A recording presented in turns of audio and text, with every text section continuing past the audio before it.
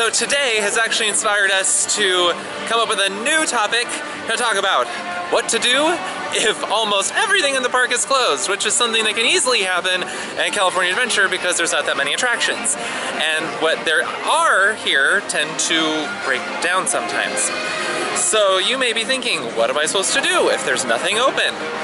There are still things that you can do. It's frustrating enough that rides close down without having to waste the time to find out the rides are closed only at the entrance. This is where it's handy to use the Disneyland mobile app because it will tell you right there in your hand when rides are closed so you don't have to go out there. You can also utilize these information booths located at the Carthy Circle in California Adventure and near the Central Hub in Disneyland because they will always post when rides are closed. It's not always a foolproof solution though. If you do find yourself in this situation, I would try to make the best of it. Go on what rides are open. Maybe there are some shows, if it happens to be in the middle of the day, that you can go see instead. Maybe you can ride some rides that you otherwise would never have gone on because they're just not on the top of your list.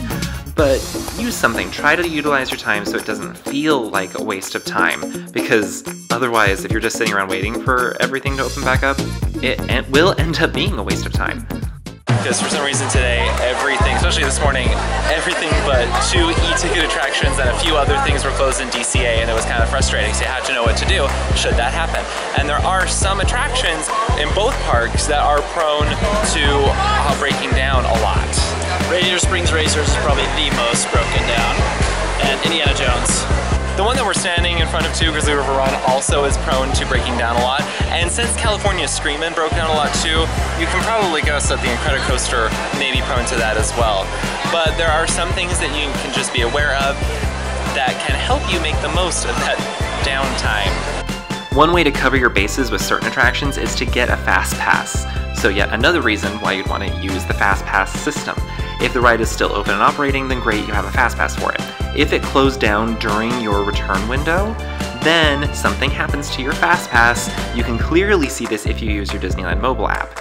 Your Fast Pass will change to say multiple experiences, and if you click on it, you'll find that you can use it on multiple different attractions, not just the one that you picked. Usually there'll be all the Fast Pass attractions in the particular park that's from originally. And there's no expiration time anymore, so you can go back whenever.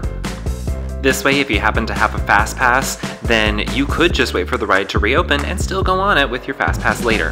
Now, of course, this does only help with rides that already have Fast Pass, but it's one of the other reasons why you kind of always want to get a Fast Pass, because this way you cover your bases. To me, one of the best ways to counteract days when the parks just have everything closed is to actually plan in advance. Because things like getting your Fast Passes early and also having park hopper tickets can make a big difference, because then if everything's closed that you want to do in one park, you can just hop over to the next one instead, and it makes it a lot easier. I know that's not an option for everybody, but there's a reason why I recommend it, because it does help. I really wouldn't get angry at the cast members though. It's really not their fault, they're just the ones relaying information, and it just makes their day and your day a lot worse. Just kind of work with them instead of asking like, oh, why is this down?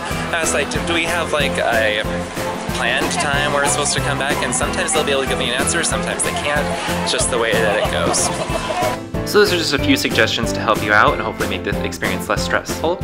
So in the meantime, make sure you like and subscribe so you can get more videos like this one. Continue to follow us so you can get more ideas to help you out on your trip, and we will see you guys next week. Alright, bye!